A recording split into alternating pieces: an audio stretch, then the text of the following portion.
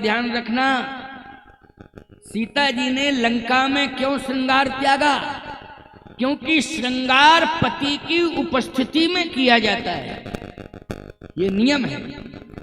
16 प्रकार का श्रृंगार करने का हमारे यहां शास्त्र में वर्णन है, लेकिन पति की उपस्थिति में विशेष श्रृंगार किया जाता है। यदि पति घर से बाहर चला जाए तो विशेष श्रृंगार नहीं करना चाहिए, सामान्य श्रृंगार करना चाहिए, विशेष नहीं करना चाहिए। क्यों? क्योंकि श्रृंगार इसलिए किया जाता है क्योंकि श्रृंगार जगत को रिझाने के लिए नहीं, श्रृंगार पति को रिझाने के लिए किया जाता है।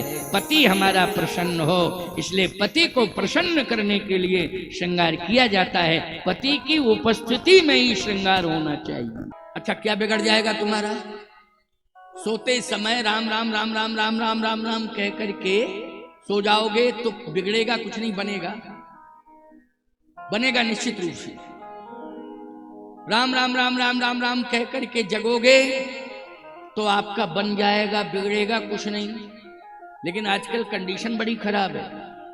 लोग जब सोते हैं ना तो दिन भर कल क्या क्या काम करना है उसका चिंतन करते रहते। कल मतलब कल हमको क्या क्या काम करना है। अच्छा, सही कह रहा हूं कि नहीं कह रहा हूं?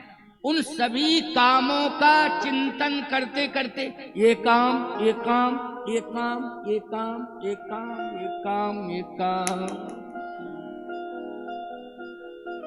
बस। अच्छा, ये सोने की कंडीशन। जब जगते हैं तब भी राम राम नहीं कहते हैं। जब जगते हैं तब भी राम राम नहीं कहते हैं। क्या कहते हैं जब जगते हैं? जब जगते हैं तब कहते हैं चाय चाय चाय चाय चाय चाय चाय। अरे राम राम राम राम, अरे राम राम कहने के बाद चाय कह दो तो क्या दिक्कत की बात है? लेकिन बैठी, क्या बैठी, चाय चाय चाय चाय, कहां गई तू, कहां चले गए सब, चाय लाओ चाय चाय। अच्छा, एक बात बताओ, सुबह चाय चाय और दिन भर काम में चाय चाय चाय चाय चाय। हनुमान जी महाराज श्री जानकी जी की वो दशा देख करके परम दुखी हो गए और सीता जी के मुख से एक ही शब्द निकल रहा है कि या तो प्रभु आप आ जाओ, हे स्वामी आ जाओ, या फिर मौत को भेज दो, वरना मैं लंका में रहूंगी नहीं। आंसू गिरते गिरते गिरते गिरते एकदम बोल पड़ी। हनुमान जी ने कहा, अरे वृक्ष से कह रही हैं, ये मेरी मां को क्या हो गया है? वृक्ष से कह रही है, वृक्ष क्या शोक का अंत कर सकता है?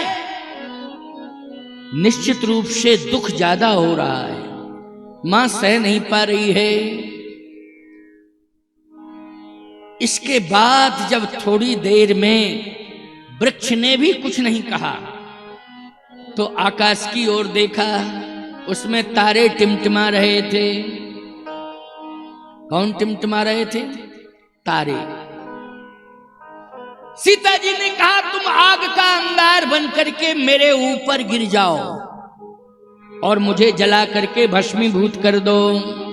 ए तारा, तुम टूट जाओ, अग्नि बन करके मेरे शरीर को जला करके भस्मीभूत कर दो। हनुमान जी ने कहा कि अब तो माता जी का धैर्य ही टूट रहा है, धैर्य टूट रहा है, अब क्या करना चाहिए? संत विभीषण जी ने बताया था कि कथा सुना देना। क्या सुना देना? कथा। संसार के पास कोई उपाय नहीं है कि तुम्हारा दुख दूर हो जाए, लेकिन संसार में यदि दुख को दूर करने वाली कोई कथा है तो वो राम कथा है, भगवान की कथा है। सुनोगे तो दुख दूर हो जाएगा, और कोई उपाय नहीं है। चिल्लाते रहो, चीखते रहो, बोलते रहो, फड़फड़ाते रहो, कुछ भी करते रहो, लेकिन यदि तुम्हारा दुख दूर होगा तो भगवान की कथा सुनने से हो। बोलो, मन इधर उधर जा रहा था, मन लग गया कि नहीं लग गया? रुक गया मन। मन को वश में करने वाली कथा है भगवान की। ये मन चंचल है, चंचलम ही मनः कृष्णा। ये मन से बड़ा चंचलत्व किसी के अंदर नहीं है। इसमें चंचलत्व भरा हुआ है, ये बहुत चंचल है। जब भगवान के सामने चंचल हो सकता है तो ये तो संसार है। लेकिन वश में यदि होगा तो लागी सुने श्रवण मन, आदि होते सब कथा सुनाई। कथा सुनने से ही मन वश में होगा।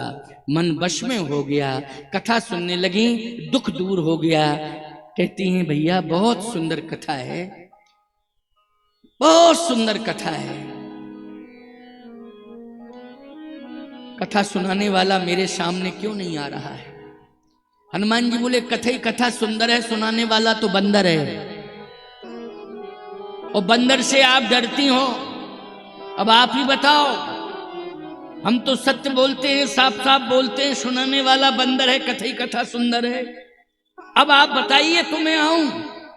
श्री जानकी जी ने कहा कि हमें रूप से कुछ लेना देना नहीं।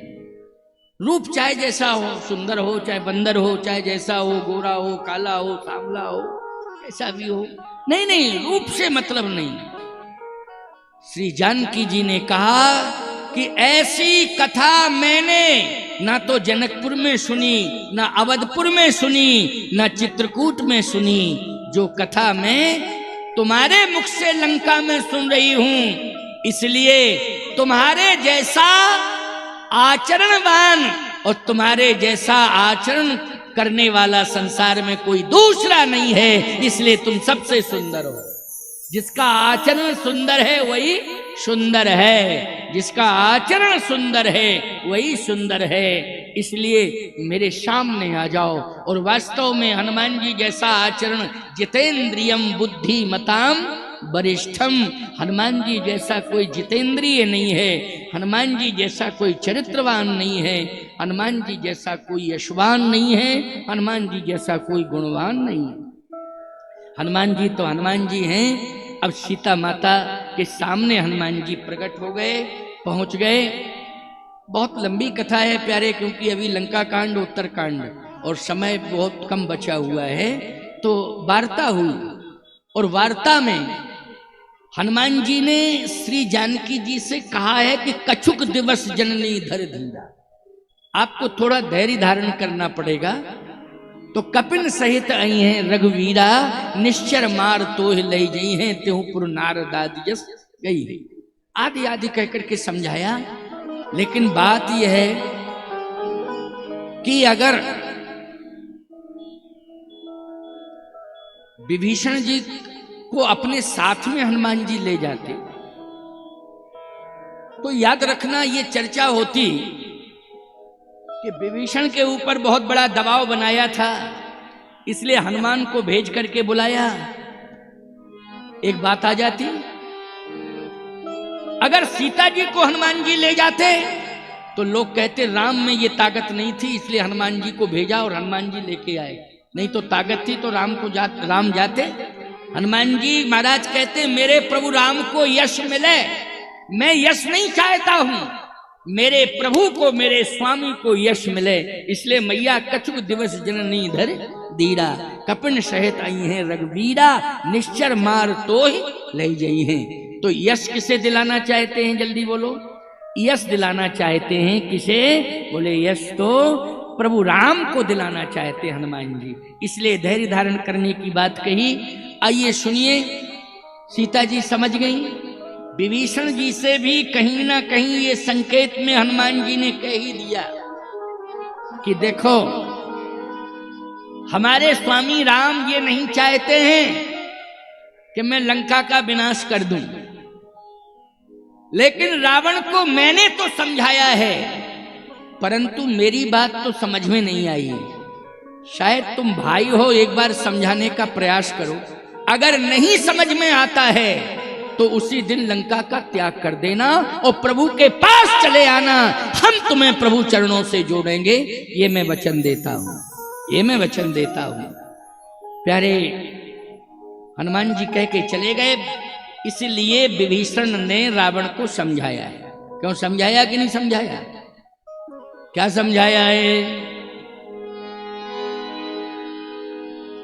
तो पर नार जो आपन चाहे कल्याणा, सुजस सुमति शुभ गति शुभ नाना। तो पर नार लीलार गुसाई, उत्तजो चौथ चंदा की नाई। रावण ने क्रोध किया, क्रोध में मम पुर बस तप सुन पर प्रीति, और सच मिल जाए है कहनीति। अस कह कीन से चरण प्रहारा, अनुज गहे पद बारहि बारा। तुम पितु सरिस भले मोहि मारा, राम भजे हितनाथ तुम्हारा। बस इतना कह करके चल दिया। जिन चरणन की पादुका, भरत रहे मन लाए। उते पद आज बिलो की हूँ, इन नैनन अब जाए। बस इतना कह करके समुद्र के उस पार पहुंच गया। हनुमान जी ने अगवानी की है। बोलो किसने अगवानी की है विभीषण जी की? हनुमान जी ने की। हनुमान जी लेकर के आए। सुग्रीव को तो शंका हो रही थी, आबा मिलन दशानन भाई न जाने कितने प्रकार के उदाहरण दिए, लेकिन हनुमान जी महाराज स्वयं गए हैं और लेकर के आए हैं विभीषण जी को। और विभीषण जी के बारे में पहले भी चर्चा कर चुके थे हनुमान जी प्रभु राम से, और प्रभु श्री राम को भी ये उम्मीद थी कि विभीषण मुझे मिलेगा। भगवान स्वयं सोच रहे थे, लेकिन शरणागति के उद्देश्य से आया है। जिन चरणन की पादुका भरत रहे मन लाए। तो बोलो भाई, समर्पण का भाव लेकर के आया कि नहीं? यानी कुछ लेने का भाव नहीं, समर्पण का भाव मान करके आया है। जिन चरणन की पादुका भरत रहे मन लाए, ते पद आज बिलोक हों, इन नैनन अब जाए। तो भगवान ने स्वीकार किया, और स्वीकार करके उस स्वीकार का एक प्रमाण है कि अस कही राम तिलक तही सारा, सुमन वृष्टि नव भई अपारा। भगवान ने समुद्र के जल से अभिषेक कर दिया, तिलक कर दिया, और विभीषण जी को कहा तुम सारिखे संत प्रिय मोरे। और ये सत्य है कि विभीषण जी के द्वारा ही श्री राम को विजय श्री मिलती है, क्योंकि विभीषण ने रावण की मृत्यु का रहस्य बताया।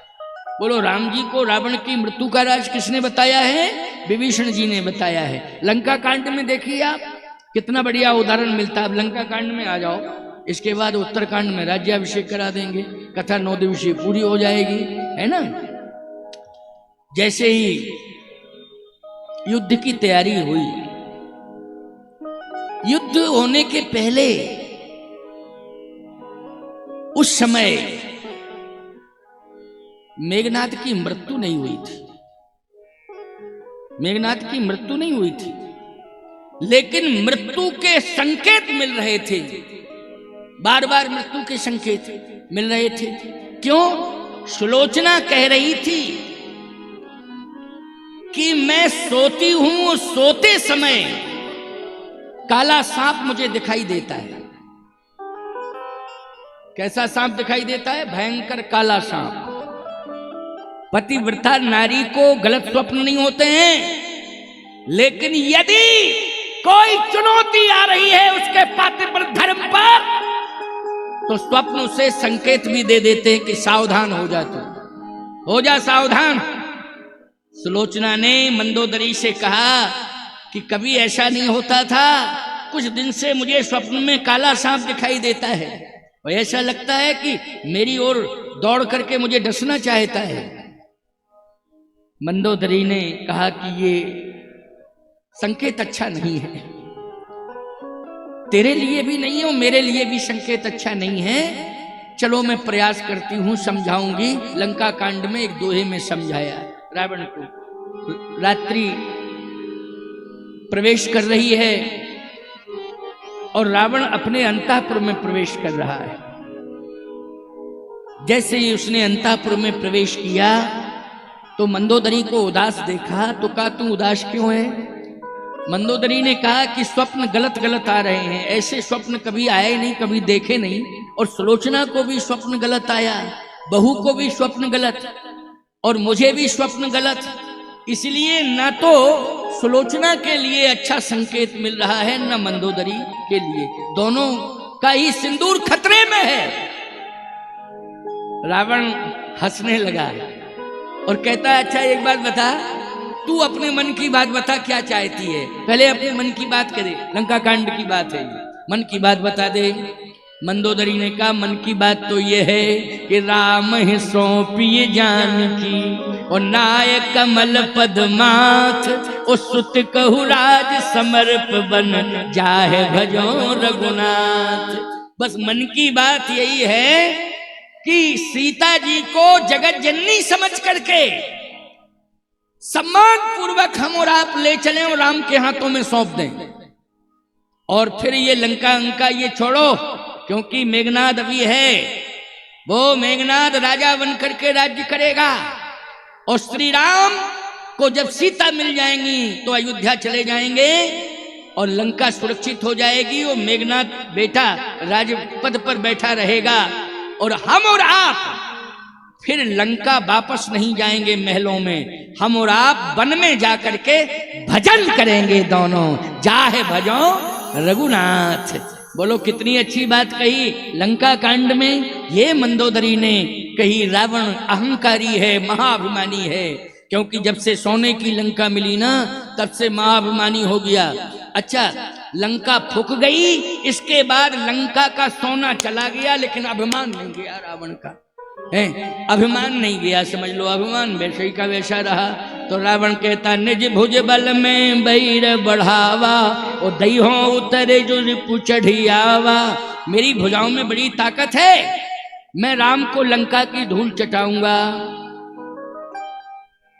मैं राम को लंका की धूल चटाऊंगा, ये मेरी भुजाओं में ताकत है। मंदोदरी कहती है अभिमान बोल रहा है। जिस भुजा को उठा करके चैलेंज दे रहे हो कि मेरी भुजा राम को धूल चटाएगी, मैं कह रही हूं कि तुम्हारी भुजा लंका के सम्रांगण में पड़ी रहेगी, ये राम को धूल नहीं चटाएगी बल्कि कौआ इस भुजा को लेकर के उड़ जाएंगे। रावण बोला क्या बक बक बक बक कर रही है? रावण बोला क्या बक बक बक बक कर रही है? मंदोदरी बोली बक बक नहीं कर रही हूं, सच बोल रही हूं, इस भुजा को कौआ ले जाएंगे। और सुनो ये जो 10 सिर है ना, इन पर जो है सियार नाचेंगे और तुम सोओगे और मैं रोऊंगी वो देखूंगी। साफ बोल रही हूं, तुम सोओगे और मैं रोऊंगी और देखूंगी। जो मंदोदरी ने कहा अक्षरशः सत्य हो गया, अक्षरशः सत्य।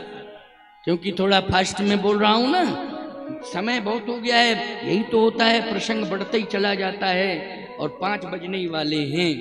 हम तो सोच रहे थे 4:45 बजे विश्रामित कर दें, यही पुलिस से बात हुई थी मेरी, लेकिन चलो कोई बात नहीं, तुम अच्छे श्रोता हो, कथा सुन लो, इसके बाद तो सब घर जाएंगे ही, हम अपनी यात्रा पर होंगे, ठाकुर जी की कृपा, ब्रह्मदेव भगवान की कृपा। लेकिन सुनो बड़ी अच्छी बात है, हुआ ये विभीषण जी भगवान को देख रहे हैं कि श्रमित हो गए हैं, पसीने पसीने हो गए हैं, रावण मर नहीं रहा है। तो विभीषण जी ने कहा प्रभु नाभ कुंड पीयूष बस याके नाथ जियत रावण बल ताके। नाभ कुंड ये इसमें अमृत है और जब तक अमृत नष्ट नहीं होगा तब तक ये मरेगा नहीं। अरे भगवान ने कहा तुमने मृत्यु का रहस्य बताया विभीषण, विभीषण आज मुझे विजय मिल जाएगी क्योंकि तुमने मृत्यु का रहस्य बता दिया। तो बोलो विभीषण के बताने पर ही विजय मिल रही है कि नहीं मिल रही है ना? विभीषण जी ने जैसे ही बताया तो छाने से सर 31 रघुनायक सायक चले मानहु काल फणीश, वो 31 में बाण ने अमृत सोख लिया और जैसे अमृत को सोखा गया प्यारे रावण धराशायी हो गया, निष्प्राण हो गया। जैसे ही रावण निष्प्राण हुआ तो कौआ आया और भुजा लेके चला।